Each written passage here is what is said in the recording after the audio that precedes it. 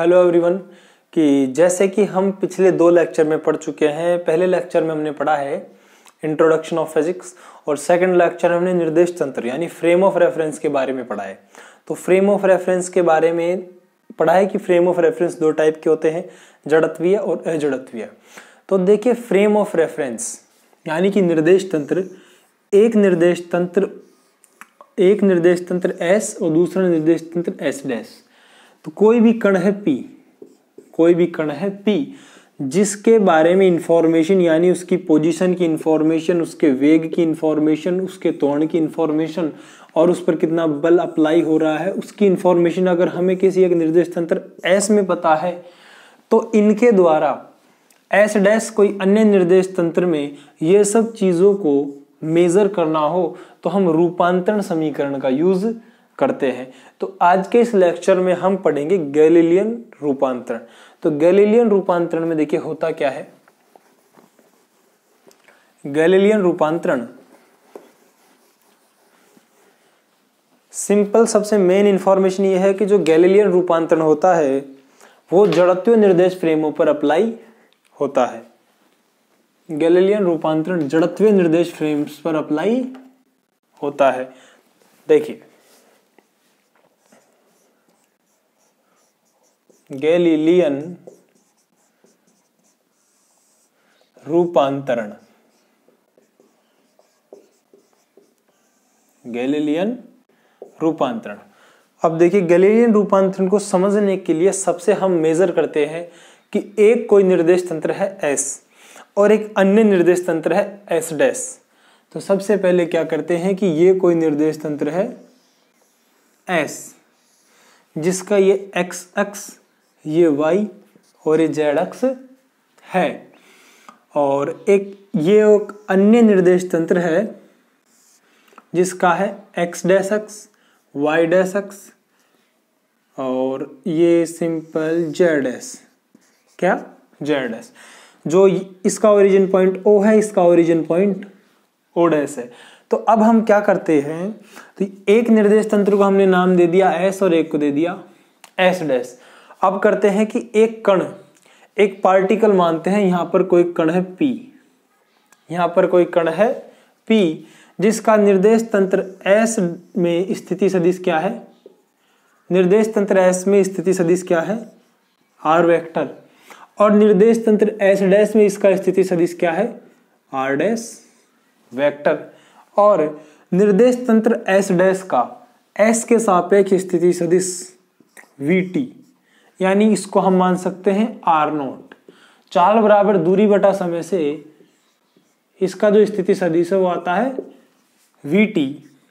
तो अब देखिए, जड़त्वीय निर्देश तंत्र में क्या होता है। गैलीलियन रूपांतरण में यदि किसी पिंड, निकाय या कण की किसी एक निर्देश तंत्र यानी एक जड़त्वीय निर्देश तंत्र में इंफॉर्मेशन पता है, तो उसके बारे में किसी अन्य जड़त्वीय निर्देश तंत्र में इंफॉर्मेशन पता करनी हो तो उसके लिए हम निर्देशांक रूपांतरण का उपयोग करते हैं, और वह निर्देशांक रूपांतरण गैलीलियन निर्देशांक रूपांतरण कहलाता है। तो गैलीलियन निर्देशांक रूपांतरण में हम स्थिति का रूपांतरण, वेग का रूपांतरण, फोर्स, एक्सेलरेशन यानी त्वरण का रूपांतरण, और इनके अलावा सबसे इंपॉर्टेंट संवेग संरक्षण, संवेग संरक्षण और ऊर्जा संरक्षण के नियम के बारे में भी पढ़ते हैं। संवेग संरक्षण और ऊर्जा संरक्षण, conservation of momentum and conservation of energy, तो इनके बारे में भी पढ़ते हैं। तो इनके बारे में पढ़ने से पहले हम यह सीखेंगे कि गैलीलियन रूपांतरण क्या होता है। सुनिएगा ध्यान से। गैलीलियन रूपांतरण, गैलीलियन रूपांतरण में यदि किसी पिंड, निकाय, कण, कुछ भी हो सकता है, जस्ट लाइक ए सिस्टम, कुछ भी मान सकते हो आप। यदि किसी पिंड, निकाय या कण के एक निर्देश तंत्र S में, एक निर्देश तंत्र S में रूपांतरण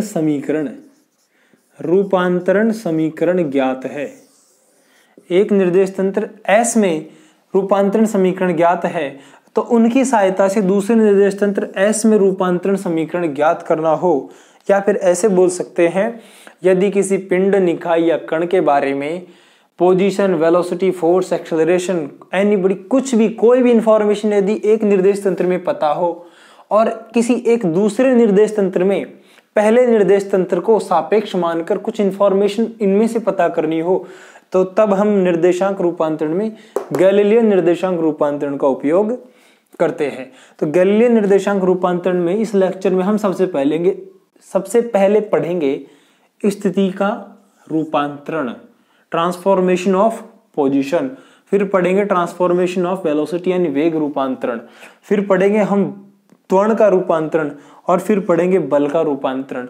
और सबसे इंपॉर्टेंट चीज क्या है इसके अंदर, संवेग संरक्षण का नियम और ऊर्जा संरक्षण का नियम, इन सबको हम समझेंगे। तो जैसा कि मेरे हर लेक्चर में होता है कि मैं हर लेक्चर के आपको नोट्स प्रोवाइड करता हूँ। क्या प्रोवाइड करता हूँ? नोट्स। और वो जो नोट्स मिलेंगे आपको व्हाट्सएप ग्रुप के अंदर और टेलीग्राम ग्रुप के अंदर मिलेंगे, और उनका लिंक आपको डिस्क्रिप्शन में मिल जाएगा। तो देखिए, अब हम स्टार्ट करते हैं स्थिति का रूपांतरण। स्थिति का रूपांतरण देखिएगा, स्थिति रूपांतरण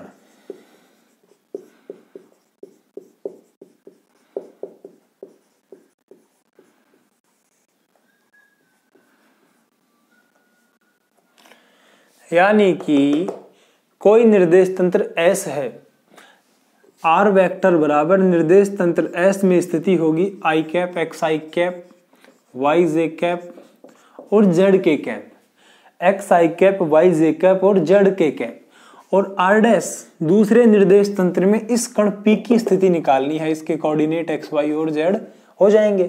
तो यानी निर्देश तंत्र S में हमको पता है इसकी स्थिति क्या होगी, R वेक्टर, और हमें निकाली है निर्देश तंत्र S' में इसकी स्थिति। तो निर्देश तंत्र S' में इसकी स्थिति मान ली अपन ने X' I cap, Y' J cap, Z' K cap. तो अगर हम कुल मिलाकर फाइनली समझे तो यहाँ पर हमको निकालना है X' की इंडिविजुअल वैल्यू, Y' की इंडिविजुअल वैल्यू और Z' की इंडिविजुअल वैल्यू। तो इसको समझने के लिए देखो, सबसे पहले तो ये देखो VT कहाँ से आया। आपने पढ़ा होगा चाल बराबर दूरी बटे समय, दूरी बटे समय। तो ये जो निर्देश तंत्र S है, ये V वेग से क्या कर रहा है, नियत वेग V से, नियत वेग कैपिटल V से क्या कर रहा है, गति। तो दूरी क्या थी, R', R0, इसको R0 माना था।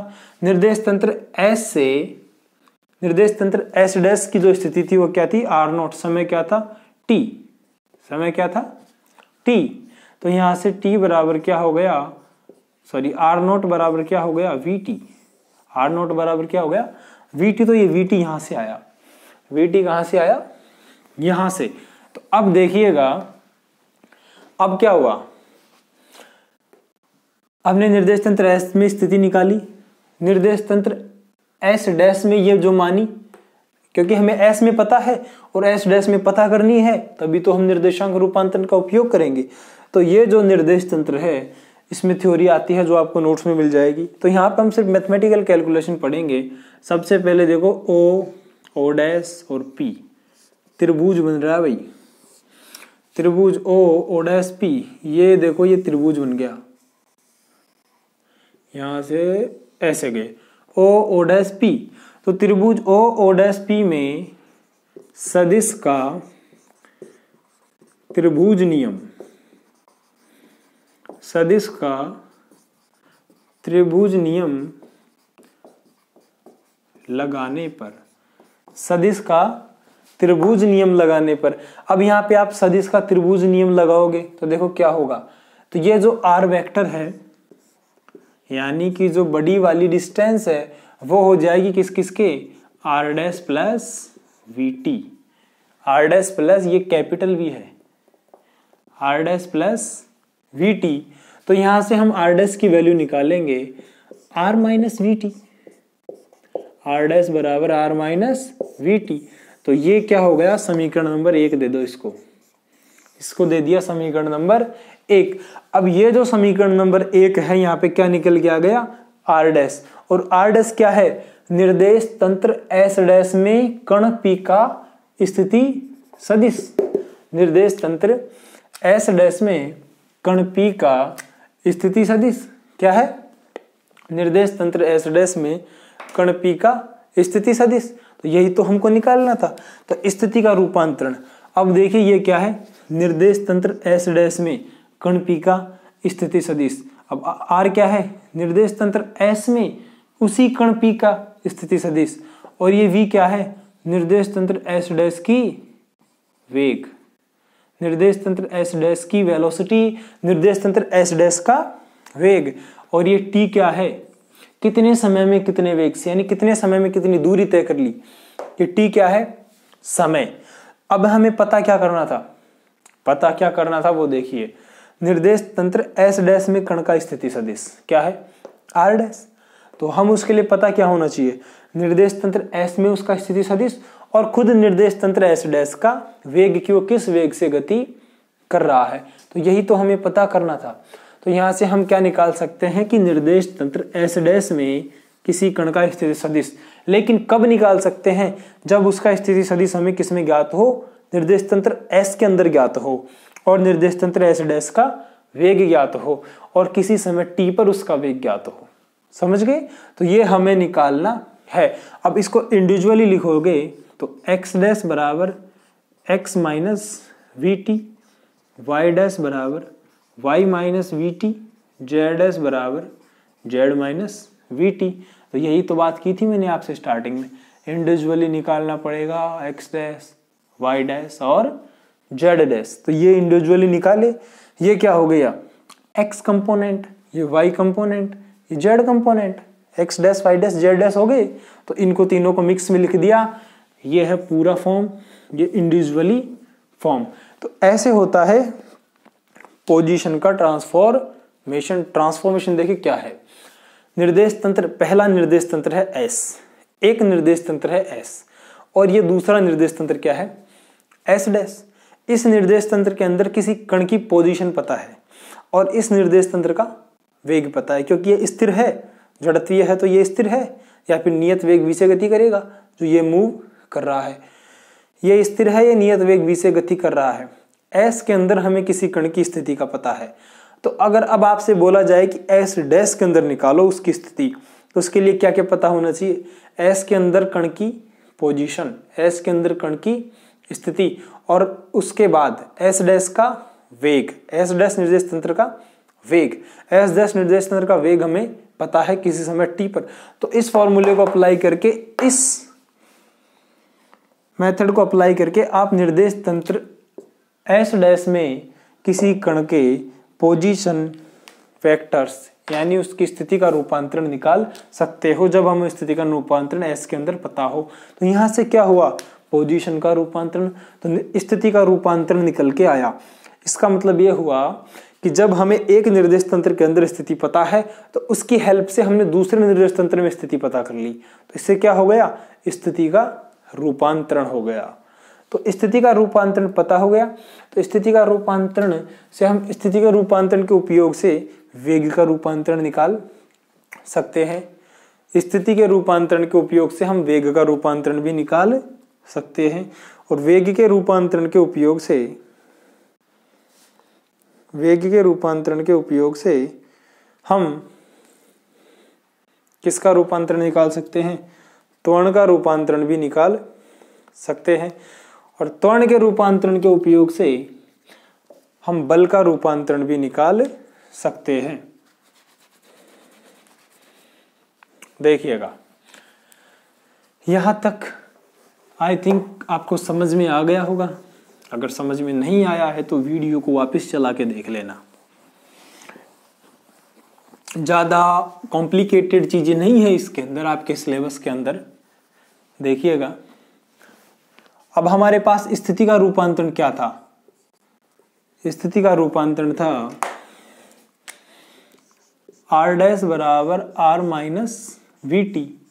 समीकरण 1 क्या था, आर डैश बराबर आर माइनस वी टी, समीकरण 1। तो ये जो स्थिति का रूपांतरण है, ये जो स्थिति का रूपांतरण है यानी स्थिति, इसका टी के सापेक्ष क्या करेंगे, टी के सापेक्ष क्या करेंगे, अवकलन। स्थिति के रूपांतरण समीकरण का टी के सापेक्ष अवकलन कर दो तो देख क्या होता है, d r dash upon D t बराबर d r upon D t minus d upon D t v t, d upon D t v t. अब देखिए होता क्या है, ये कैपिटल वी है, कैपिटल वी है। अब एक चीज तो हमने खूब पढ़ी है 11th 12th में, v बराबर होता है d r upon D T, इसको मान लो स्मॉल वी, स्मॉल वी। तो ये जो D r dash upon D T है इसको मान लीजिए वी डैश, निर्देश तंत्र एस डैश में कण का वेग, D r upon D T को मान लीजिए वी, निर्देश तंत्र एस में कण का वेग। अब यह है डी अपॉन डी टी, यहाँ पे हो जाएगा सिंपल v, क्या हो जाएगा v, इसका अवकलन करोगे तो हमारे पास आ जाएगा v। तो देखिए यहां से निकल के आता है वेग का रूपांतरण, यहां से निकल के क्या आता है, वेग का रूपांतरण। अब इसका एक बार और t के सापेक्ष, अब ये जो इक्वेशन आती है इसका t के सापेक्ष कर दो, ये जो इक्वेशन आती है इसका t के सापेक्ष एक बार और अवकलन कर दो, या इसका t के सापेक्ष 2 बार कर दो, या वेग के रूपांतरण का t के सापेक्ष एक बार कर दो। लेकिन उससे पहले समझो कि ये जो v डैश है क्या है, निर्देश तंत्र s डैश के अंदर कण का वेग, निर्देश तंत्र s डैश के अंदर कण का वेग। उसके लिए हमें पता होना चाहिए निर्देश तंत्र s के अंदर कण का वेग और निर्देश तंत्र s डैश का, निर्देश तंत्र s डैश का वेग। कैपिटल V निर्देश तंत्र s डैश का वेग है, ये बात ध्यान रखना। अब इसका t के सापेक्ष अवकलन करोगे तो dv dash upon dt is equal to d small v upon dt minus d capital V upon dt। अब सबसे पहले हमने एक बात पढ़ी थी या आपने वीडियो में सुनी होगी, मैंने बोली थी कि ये जो निर्देश तंत्र है नियत वेग से गति कर रहा है, कौन सा, एस डैश। तो नियत वेग से गति कर रहा है तो यहां से D capital V upon D t बराबर क्या हो जाएगा, 0, क्योंकि उसका समय के सापेक्ष वेग में परिवर्तन ही नहीं हो रहा। समय के सापेक्ष वेग में परिवर्तन नहीं हो रहा तो ये चीज क्या हो जाएगी, त्वरण उत्पन्न नहीं हो रहा, तो D V upon D T 0 हो जाएगा, त्वरण 0 हो जाएगा। तो D V dash upon D T, तो ये हो गया ए डैश बराबर ए माइनस 0। तो यहां से निकल के आ गया ए डैश बराबर ए, ए डैश बराबर ए, क्या निकल के आ गया, ये निकल के आ गया त्वरण का रूपांतरण। अब त्वरण के रूपांतरण में क्या होता है, ये जो त्वरण है ए, इसको m जो कण का द्रव्यमान है उससे गुणा कर दो, m a डैश बराबर m a, ये हो जाएगा f dash is equal to f। ये निकल के आ गया आपका बल का रूपांतरण, क्या आ गया, बल का रूपांतरण। तो देखिए इससे क्या बातें प्रूफ हुई, इससे कौन कौन सी बातें साबित हुई। सबसे पहले तो देखिए ये साबित हुआ कि आपका जो गैलीलियन रूपांतरण है उसके अंदर स्थिति और वेग निश्चित राशि नहीं है, स्थिति और वेग निश्चित राशि नहीं है, लेकिन त्वरण और बल, त्वरण और बल निश्चित राशि है, त्वरण और बल निश्चित राशि है। आप विस्थापन भी निकाल सकते हो। विस्थापन कैसे निकालोगे, r माइनस आर डैश करके, r माइनस आर डैश का मतलब x minus X dash, y minus Y dash, z minus Z dash, विस्थापन भी निकल जाएगा। तो इससे क्या होता है कि त्वरण बल ये दोनों क्या है, निश्चित राशि है। इसके अलावा संवेग भी निश्चित राशि होता है और ऊर्जा भी निश्चित राशि होती है। इसका मतलब यह है कि निर्देश तंत्र S के अंदर जो त्वरण होगा वही कण के लिए वही निर्देश तंत्र S डैश में होगा, यानी निर्देश तंत्र S में जो बल कार्य करेगा कण के ऊपर वही S डैश में करेगा, सिंपल। लेकिन उनकी जो वेलोसिटी है, कण का वेग है, जरूरी नहीं कि सेम हो, इसलिए ये निश्चित राशि नहीं है, ये निश्चित राशि है और बल भी निश्चर राशि है। स्थिति भी निश्चर राशि नहीं है। निश्चर का मतलब अचर राशि, कांस्टेंट, दोनों में सेम नहीं है। तो अब देखिए ये हो गया आपका स्थिति का रूपांतरण, वेग का रूपांतरण, त्वरण का रूपांतरण और बल का रूपांतरण। तो इनके अलावा अब हम पढ़ने वाले हैं संवेग संरक्षण का नियम। किसमें? जड़त्वीय निर्देश तंत्र में संवेग संरक्षण का नियम। गैलीलियन रूपांतरण में संवेग संरक्षण और गैलीलियन रूपांतरण में ऊर्जा संरक्षण। गैलीलियन रूपांतरण में संवेग संरक्षण और गैलीलियन रूपांतरण में ऊर्जा संरक्षण को पढ़ने वाले हैं। तो जैसा कि मैं आपको बताता हूं, हर लेक्चर में आपको हर लेक्चर के नोट्स मिलेंगे, वो टेलीग्राम ग्रुप के अंदर मिलेंगे। और जो टेलीग्राम ग्रुप में नोट्स मिलेंगे वो मिलेंगे जो वीडियो का टाइटल है उसी से मिलेंगे। गैलीलियन रूपांतरण अगर वीडियो का टाइटल होगा तो गैलीलियन रूपांतरण के टाइटल से ही आप टेलीग्राम ग्रुप में सर्च करिएगा, आपको वहाँ पे इसके नोट्स मिल जाएंगे। इसके अलावा टेलीग्राम ग्रुप में आपको बहुत सारी फिजिक्स की बुक्स मिल जाएंगी और इसके अलावा अपनी जो वेबसाइट है उस वेबसाइट के ऊपर आपको बहुत सारी फिजिक्स की बुक्स मिल जाएंगी। बुक्स के अलावा आपको अलग अलग एग्जाम्स के लिए नोट्स मिल जाएंगे। काफ़ी मटेरियल है वेबसाइट के ऊपर, देखना टाइम मिले तो देखिए संवेग संरक्षण के नियम के बारे में पढ़ते हैं। संवेग संरक्षण, संवेग संरक्षण का नियम। जैसा कि संवेग संरक्षण का नियम नाम से ही पता पड़ रहा है, क्या संवेग संरक्षित रहता है। आपने बचपन बोले तो 11th और 12th में 11th 12th में आपने एक नियम पढ़ा होगा, द्रव्यमान संरक्षण का नियम। अब द्रव्यमान संरक्षण का नियम क्या होता है? द्रव्यमान संरक्षण के नियम के अनुसार द्रव्यमान को ना ही नष्ट किया जा सकता है और ना ही उत्पन्न किया जा सकता है, बल्कि द्रव्यमान को एक रूप से दूसरे रूप में ट्रांसफर किया जा सकता है। समझ गए? तो देखिएगा ऊर्जा संरक्षण संवेग संरक्षण, संवेग संरक्षण के नियम के अनुसार समझिएगा, ये एक निर्देश तंत्र है S और ये एक दूसरा निर्देश तंत्र S डैश। ये कण क्या है? P। ये कण क्या है? P, जिसका द्रव्यमान क्या है? M। कण का द्रव्यमान क्या है? M क्या है इसका द्रव्यमान? M इसका द्रव्यमान है। और इसके अलावा टक्कर से पहले और एक कोई दूसरा कण है Q, इसका भी द्रव्यमान क्या है? M1, इसका द्रव्यमान M2। निर्देश दोनों कण है, द्रव्यमान M2। तो ये जो P कण है इसका टक्कर से पहले जो वेग है वो क्या है? U1 और Q का टक्कर से पहले वेग है U2। किसके अंदर? S निर्देश तंत्र के अंदर। और S निर्देश तंत्र में ये दोनों क्या करते हैं? टक्कर से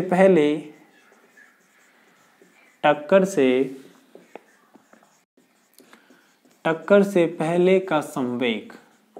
तो संवेग का जो फॉर्मूला है वो हम जानते हैं, P बराबर mv, द्रव्यमान इंटू वेग। तो देखिए P बराबर m, टक्कर से पहले का संवेग m1 u1 plus m2 u2।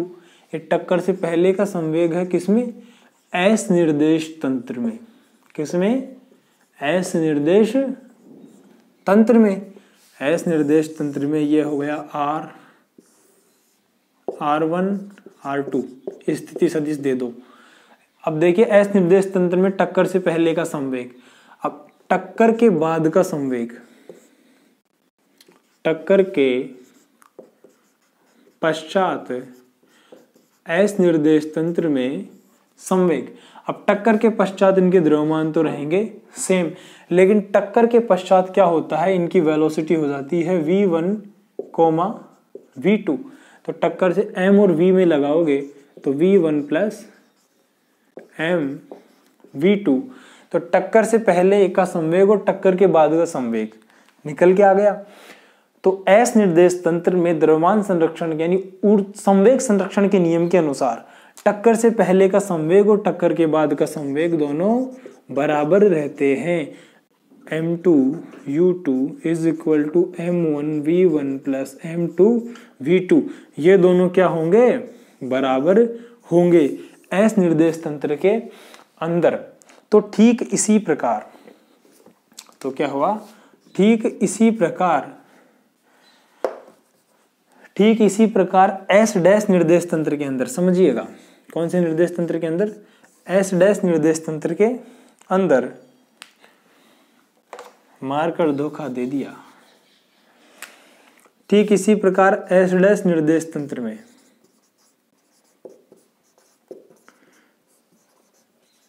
S dash निर्देश तंत्र में क्या होता है, जो कण का वेग है वो क्या हो जाता है, u1 डैश और u2 डैश, कब, टक्कर से पहले, कब, टक्कर से, तो टक्कर से पहले इनका संवेग क्या होगा, टक्कर से पहले संवेग होगा m1 u1 dash plus m2 u2 dash. टक्कर से पहले ये होगा संवेग किसमें, एस डैश निर्देश तंत्र में, किसमें, एस डैश निर्देश तंत्र में। और एस डैश निर्देश तंत्र में टक्कर के बाद जो संवेग होगा, क्योंकि टक्कर के बाद देखिए एस डैश के अंदर क्या हो जाता है, u1 डैश, और टक्कर के बाद इसकी हो जाती है v1 डैश, टक्कर के बाद u2 डैश, टक्कर के बाद v2 डैश। देखिएगा निर्देश तंत्र, और यहां से इसकी स्थिति सदिश r1 डैश r2 डैश मान लीजिए।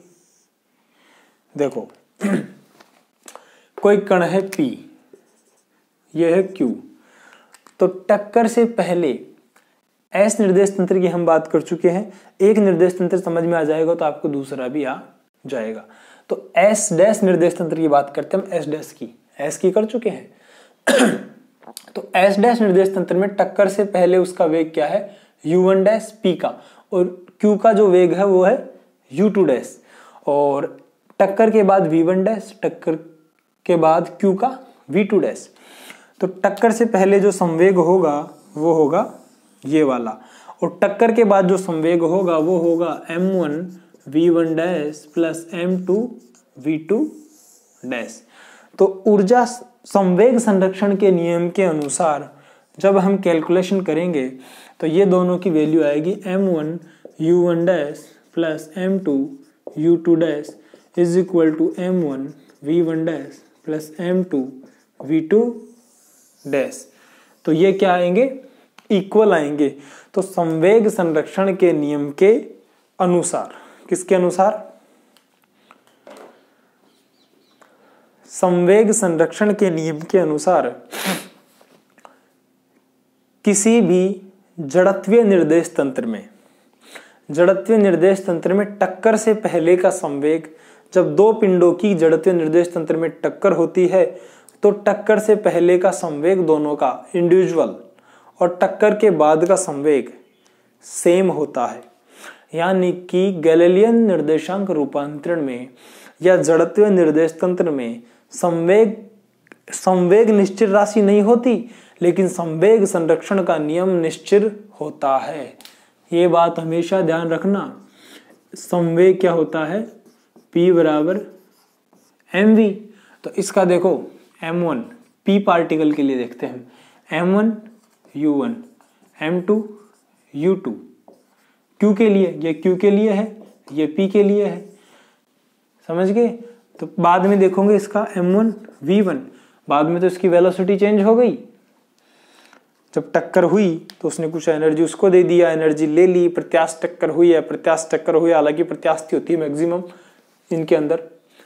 तो संवेग क्या होता है, वो निश्चित नहीं होता, लेकिन संवेग संरक्षण क्या होता है, निश्चित होता है। समझिएगा कंसेप्ट को। ठीक इसी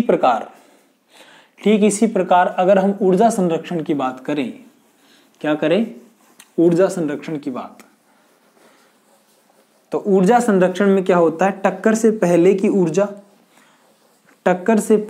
ऊर्जा और टक्कर के बाद की ऊर्जा,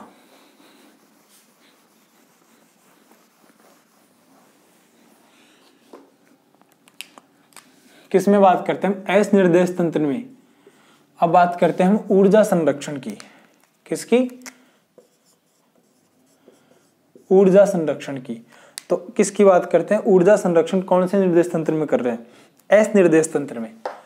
एस निर्देश तंत्र में, एस निर्देश तंत्र में ऊर्जा संरक्षण की बात करते हैं। तो हम जानते हैं कि गतिज ऊर्जा का फॉर्मूला होता है हाफ mv²। किसका फॉर्मूला है ये? Kinetic energy. तो इस फॉर्मूले को यूज करो, हाफ m1 u1 का square plus half m2 u2 का स्क्वायर। समझ गए? हाफ m1 u1 का स्क्वायर कण p की गतिज ऊर्जा एस निर्देश तंत्र के अंदर, हाफ m2 u2 स्क्वायर कण q की गतिज ऊर्जा एस निर्देश तंत्र के अंदर। कब? टक्कर से पहले। क्या थी? टक्कर से पहले। अब टक्कर के बाद m1 v1 dash plus half m2 v2 dash. ये क्या है? टक्कर से पहले की, टक्कर से क्या थी? टक्कर से पहले की ऊर्जा। और ये क्या थी? टक्कर के बाद की ऊर्जा। तो ये दोनों क्या होती है? एस निर्देश तंत्र में दोनों निश्चित होती है। ठीक इसी प्रकार अगर हम एस डैश निर्देश तंत्र की बात करें, किसकी बात करें? एस डैश निर्देश तंत्र की। तो एस डैश निर्देश तंत्र में क्या होता है? देखिएगा, टक्कर से पहले की जो ऊर्जा है वो होती है m1 u1 dash half plus half m2 u2 dash. ये क्या है? टक्कर से पहले की ऊर्जा इस फॉर्मूले के अनुसार, यानी हाफ mv²। काइनेटिक एनर्जी का फॉर्मूला होता है। तो बराबर टक्कर के बाद ये होगी half m1 v1 square plus half m2 v2 square. ये टक्कर के बाद की ऊर्जा। ठीक इसी प्रकार ही ऊर्जा एस डैश निर्देश तंत्र में संरक्षित रहती है। तो ठीक इसी प्रकार यह ऊर्जा एस डैश निर्देश तंत्र के अंदर भी संरक्षित रहती है। तो अब तक हमने जो पढ़ा है उसको समराइज कर लेते हैं एक बार। समराइज तो देखिए, स्टार्टिंग में हमने पढ़ा था गैलीलियन रूपांतरण। गैलीलियन रूपांतरण क्या होता है? सुनिएगा ध्यान से। गैलीलियन रूपांतरण क्या होता है? गैलीलियन रूपांतरण होता है जब किसी एक पिंड, निकाय, सिस्टम, कुछ भी बोल सकते हो आप, कण बोल के लेते हैं हम यहाँ पे कण। जब एक कण के किसी जड़त्वीय निर्देश तंत्र एस के अंदर कुछ इंफॉर्मेशन पता है, स्थिति, वेग, त्वरण, कुछ ऐसी इंफॉर्मेशन पता है, तो उस कण के बारे में दूसरे निर्देश तंत्र एस डैश के अंदर स्थिति, वेग, त्वरण, बल आदि इंफॉर्मेशन पता करने के लिए हम गैलीलियन रूपांतरण का उपयोग करते हैं। ठीक है। तो उसके बाद हमने पढ़ा था स्थिति का रूपांतरण। स्थिति का रूपांतरण में क्या होता है? स्थिति का रूपांतरण होता है r dash is equal to r minus B T. तो r डैश क्या था? एस डैश निर्देश तंत्र में कण p का स्थिति, r एस निर्देश तंत्र में कण p की स्थिति, और v क्या था? खुद निर्देश तंत्र एस डैश का वेग। स्थिति का रूपांतरण हमने पढ़ा था। एक बार सारे फॉर्मूलेज, जो सारे फॉर्मूलाज हैं उनको एक बार मैं लिख देता हूं बोर्ड के ऊपर।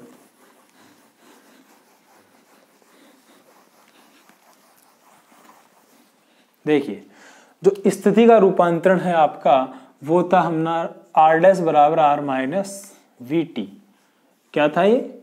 स्थिति का रूपांतरण। तो इसके अलावा जब हमने इसका t के सापेक्ष अवकलन किया था, क्या आया था? v डैश बराबर small v minus capital v। ये क्या आ गया? वेग का रूपांतरण। जब इसका t के सापेक्ष किया था तो a डैश बराबर a। ये क्या आया? त्वरण का रूपांतरण। जब इसको m से मल्टीप्लाई किया था तो f डैश बराबर f। ये क्या आया? बल का रूपांतरण। इसके अलावा हमने संवेग और ऊर्जा संरक्षण की भी बात की थी। तो इसमें क्या होता है? स्थिति गैलीलियन रूपांतरण में निश्चित राशि नहीं है। तो देखिए, आपके बीएससी में तो पूछा ही जाता है, इंपॉर्टेंट टॉपिक है। लेकिन जो आपकी एमएससी एंट्रेंस है, एमएससी एंट्रेंस एग्जाम में गैलीलियन रूपांतरण से काफी क्वेश्चन आते हैं। जैसे ऐसे क्वेश्चन आते हैं कि जैसे गैलीलियन रूपांतरण में निम्न में से निश्चित राशि कौन सी है, तो आपको ऑप्शन दे देंगे, उनमें से ऑप्शन होगा वेग, त्वरण, बल, स्थिति। तो ऐसा ऑप्शन देंगे, निश्चित पूछेंगे तो उसमें से एक निश्चित राशि होगा। तो इसके अंदर निश्चित राशि होते हैं त्वरण, बल। त्वरण, बल ये सब क्या होते हैं, निश्चित राशि होते हैं, और स्थिति और वेग निश्चित राशि नहीं होते। तो गैलीलियन रूपांतरण के अंदर हमने ये सब पढ़ा है। तो नेक्स्ट जो लेक्चर होगा उसके अंदर हम कुछ न्यूटन्स के बारे में पढ़ेंगे, न्यूटन्स रिलेटिविटी। तो आई होप कि आप लोगों को समझ में आया होगा। तो देखिए यहाँ तक का जो अपन ये जो लेक्चर्स आगे लेके चल रहे हैं, इसमें आपको जो नोट्स दिए जाएंगे वो व्हाट्सएप ग्रुप के अंदर दिए जाएंगे। जैसा मैं आपको बार बार बोलता हूँ, व्हाट्सएप ग्रुप ज्वाइन कीजिए, टेलीग्राम ग्रुप ज्वाइन कीजिए। अगर कोई स्टूडेंट बाद में ज्वाइन करता है तो टेलीग्राम ज्वाइन करे, व्हाट्सएप भी कर ले, टेलीग्राम को भी कर ले, क्योंकि टेलीग्राम पे जो नोट्स होता है वो आपको बाद में भी मिल सकता है। ओके, और किसी भी प्रकार की इन्फॉर्मेशन चाहिए, कोई प्रॉब्लम हो तो आप मेरे को कॉन्टैक्ट नंबर है इंस्टीट्यूट के, डिस्क्रिप्शन में आपको सब मिल जाएगा, उस पर कॉल करके आप पूछ सकते हो। व्हाट्सएप कीजिए, कॉल कीजिए, मैसेज कीजिए, वेबसाइट को विजिट कीजिए, वहाँ भी आपको हर तरह की फैसिलिटी है। और उसके ऊपर काफ़ी आपको अच्छी अच्छी सी फिजिक्स के टॉपिक्स है, कंसेप्ट्स है, जो उनको पढ़िए, वो आपके फ्यूचर में काफ़ी काम आएंगे। तो देखते हैं, हम कल डिस्कस करेंगे, हम नेक्स्ट लेक्चर में डिस्कस करेंगे न्यूटन्स रिलेटिविटी। ठीक है, तो इसी तरह आपका टॉपिक आगे बढ़ता जाएगा, आपका सिलेबस। आप बिल्कुल भी चिंता ना करें, आपको यहाँ पर कंप्लीट क्वेश्चन वाइज करवाया जाएगा, एक एक चीज क्वेश्चन वाइज करवाई जाएगी। जैसे आपकी न्यूटन्स रिलेटिविटी कंप्लीट हो जाएगी तो फिर जो हमने अब तक पढ़ा है उसके ऊपर क्वेश्चंस करेंगे। हम क्या करेंगे, क्वेश्चंस, और क्वेश्चन करेंगे इंपॉर्टेंट, काफी बेहतरीन क्वेश्चन करेंगे। तो आई होप कि आपको अच्छा लग रहा होगा, तो यही आशा करता हूं मैं, और मिलते हैं फिर नेक्स्ट लेक्चर में। ओके।